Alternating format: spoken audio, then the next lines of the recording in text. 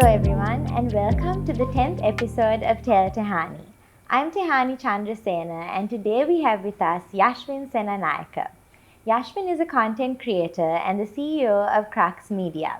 He's also really interested in music, so today he's going to share with us his experiences and a little insight on all the things that he loves.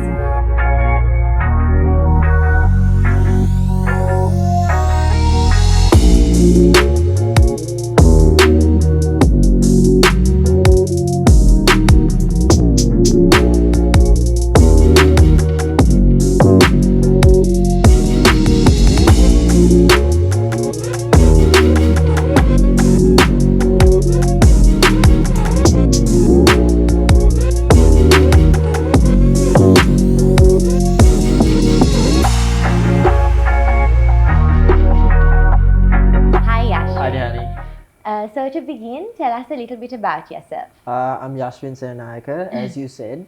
I'm a full-time content creator and digital marketer, if you put into words. And I was into music initially before getting into photography and videography. Later on, I think, 26th of November last year, I started my own company. It's called Crux Media. We focus on digital marketing, content creation, making adverts and things like that. A lot of interesting things. Okay, awesome. So before we get into the videos and content creation aspect of it, tell me a little bit about your musical career, the instruments you play, and how far you went in your musical career. Right. Well, my musical career basically started when I switched schools, but initially I started off with playing the piano. My interest for the music industry wasn't, I wasn't that interested, but eventually I caught on to it, and piano led into me learning to play the violin, then trumpet, then sax, then drums, and eventually I knew almost every instrument. That's amazing. I used to learn. Okay, awesome. And how far did you go in the musical career? As in, what were the things, some of the things that you took part in, or what did you help out in? Right. When I was in Lyceum Battala is when my career actually started. So initially I was playing violin at Russian Cultural Center. Right. Then when I switched schools, I learned that drumming was a very strong suit of mine. So I used to play drums for choir and a lot of school concerts, events, and then drama festivals, so on and so forth. Then I did play at a few private functions here and there, like TGIF and things like that. Awesome. So would you say that it's sort of like a blessing to learn so many instruments and know so many and be so like attuned with so many different instruments? Because I mean, most people that I know, at least, unless they're like really amazing, they know like one instrument and sing. So what's it like knowing to do so many and then having the opportunity to play so many instruments and different things? What is that like? Well, fun fact, I used to start with singing actually. I used to sing at church. Okay. Then that's when the whole piano thing initiated with my mother, and they were like, you've got to do the piano. And well, the thing is, initially, fun fact is, I started off singing at church. That's when the whole piano thing started, and it led on to other instruments here and there. But you see, music has contributed a lot in my line of work. That is videography and even drawing inspiration for photography. It's helped quite a lot. And one of the main things, if you are doing videography and video production, is music is one of the key elements. And sound basically. It's important. So it actually helped me quite a lot to improve myself. And like you said, sort of the instruments that you learned, did they lead like one after the other? Like you learned piano and then you were interested in the drums and then you moved on to that? Or was it more like somebody pushed you in that direction? No, actually no one actually pushed me. It's that I'm a very curious person. I get interested like very quickly in something. So piano was actually a bit pushed. But when it came to violin and drums and things like that, self-interest. So no one really pushed me to do anything. So you know how many instruments did you say? About 5? Yeah, about 5 or 6. That's amazing. And then that really helped you in what you're doing right now? Yeah, it helped me so much. Amazing. So tell me a little bit about your first work experience. My first work experience was with Tessara. If you follow her on Instagram, you should know her. well, one of Tessara's friends were actually friends with me, and then I got a call saying, "Yo, your work is really cool. Do you want to come and help us, start this cool thing called Teens Report?" And I was very curious, like why not try it? So I did say yes, and honestly, to date, if I didn't say yes to that, it wouldn't have got me so far. So I am thankful for that opportunity that they gave me. Well, we did I think it was something like this. It's like an interview plus like a bringing out young talent kind of situation. Okay, amazing. So sort of the same thing. Sort of the same thing, yeah. Yeah, awesome. Okay. So tell me how you chose, or why did you choose to specify in videography? I know you do photography as well, but videography is the main focus, is my main focus. So what made you specialize in that? Was there like a fundamental reason, or is that just something you're interested in more? See, I love both equally, but at the same time, I prefer doing videography to photography. Because even with photography, I like to, make things interesting. But videography, on the other hand, I like to create memories for people, because even though we do have it like in our heads, it's always nice to have a specific, something to look back on. Something to look back on with your family, with the next generation.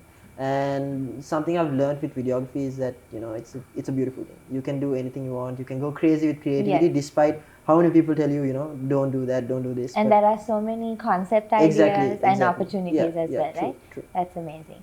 So something that I actually saw was This is Sri Lanka, and I know you were a part of that. I was. So tell me a little bit about that experience and that journey and where it has led you thus far. Right. If I do tell you that it was one of the most spontaneous decisions I've made, would you believe me? Probably not, because the filming was like really amazing, so I don't think I would. So basically, I got a call, I think a week before they made the journey, like before they left Colombo, I got a call saying, hey Yashvin, I'm Chanel, I'm Shehan, they introduced themselves and they were like, we really love your work. I think what got them going was this video I did for Posh Sri Lanka. So they were like, we really love that video. We'd like you to be a part of this whole journey. It's about 28 to 30 days, about a month. You won't be home for a month and this and that. I was 18 at the time. So I didn't tell my mom, but I did say yes. I was like, what, let's do it. I'm ready, let's do it. And then my mom came home actually, and she was like, I don't like that face. What do you want to tell me? And I was like, I'm going to leave and then I'll be back in a month. And she was like, okay, go. Because like my mom is actually really supportive. My parents are really supportive of what I do, because this is something that actually brings happiness and to me personally. And something I really wanted to do initially was make people smile through my content. And that's amazing, because I think there are very few avenues where people have the opportunity to do things like that for other people. And I think arts and media is one of them. Yes, exactly. So one day they picked me up from my home, and then we ended up, our first destination was Negombo actually. We didn't have much to do, but we drove around, we got a few shots, and then I can't exactly remember the exact destinations that we went to, but I think one of the most like random decisions we made were, I think the next place we decided, after Negombo we decided to go to Kalpitiya. So one night in Negombo, and the next morning we left to Kalpitiya.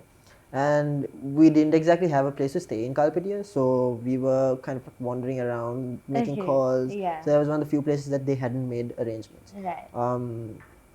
We had camping gear, so we decided why not camp. So we did. So it was a spontaneous start, and the journey throughout was spontaneous and really adventurous. I mean, it's so much fun. So we set camp on Kalpitiya beach. It started raining like crazy, so we had to wait till the rain died down, and then we set up camp.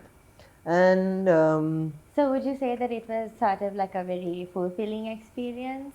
It was actually. I'm a big fan of camping. I'm a big fan of the outdoors.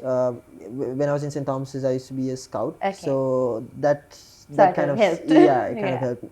But the most weird part was like 4 o'clock in the morning, me opening my tent. Like I hear a sound, so I open my tent, and then when I flipped the cover of it, there was just a donkey just staring straight at me. Because Kalpitiya is famous for like a lot of wild donkeys. You can't touch them, you can't go near them intentionally. They'll kick you and basically kill you. But that was one of the craziest experiences. But what got weirder was when we opened our tent one day and we were surrounded by like Navy guys in a truck, because that area specifically was famous for, you know, drug trafficking and things like that. Then we initially, like, our Jeep had a "This is Sri Lanka" sticker on it, and we so lots of really interesting things. Yeah. So if I was to ask you, how did that bring out like new opportunities for you, or did that, and how has that helped that entire journey as a whole? How has it helped you like up to where you are right now?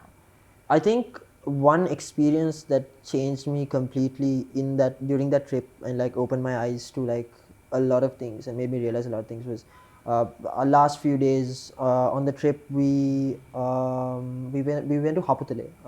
It's a camping site called the Cliff Lodge. Not a lot of people know about it, but it's a pretty famous camping site. It's run by a German lady and a Sri Lankan man. Right. When you go there is no network there, and there's no one else other than you, the people who manage the campsite. So it's actually a line of houses that plantation workers used to live in. Right. So they're broken down, but they've done tents in them. So it's pretty fun. Automatically you wake up at 5 in the morning, the clouds are touching your feet, they make a hot cup of tea with a piece of hakuru. You can sit on the edge of the mountain and have tea, and then it's refreshing. It's completely refreshing, and that opened my eyes to a lot of things that, you know, like, especially when it comes to my line of work. I think when it comes to payments and things like that, it's a bit of an issue. But that experience made me realize that there's much more to this than just money, or like, you know what I'm saying. Yeah, for sure. Yeah. So that, I think that, would you say that particular trip or that particular project that you were a part of sort of enhanced you as a person and your job right now and what you do? Okay, that's amazing. That's really cool. So tell me, what are your plans in the near future, and what are some of the interesting things you have lined up or you want to do? Well, 26th November 2020, opened my own company. That was a dream for the longest time. Grateful that I could partner up with one of my good friends, and he actually, you know, like, it was a random call in the night, and he was like, you know what, let's do something. And I was like, dude, this has been a dream for a while. Why don't we do this? And like, we opened an office inside his house. We cleared he had a car parts room. He's a car fanatic. So he had a car parts room. We cleared the room, added a table, some computers, TV, chair. And like, we made a fun space for us to work and all of that. And that's been a dream. So that was crazy. Just a call in the night, and then within 2-3 days, we got everything set up, printed business cards, doing everything. So getting clients and things like that. So what are your future plans for the company? Definitely to get more clients who actually contribute to the company and to the industry. We've had the opportunity to work with one really difficult client, but also a very amazing opportunity to work with a bunch of fun clients in the industry as well. So it's been a good journey thus far, and you're hoping for it to continue. It's been a good couple of months. Right, amazing. Difficult but good. Okay, that's always good. Yeah. And so one of the other things that I want to finish up this year is I want to create this short film. It's called Dreamer. Okay. For quite some time now, but with work and a lot of opportunities lining up here and there, it's been quite difficult to like focus on it and work on it.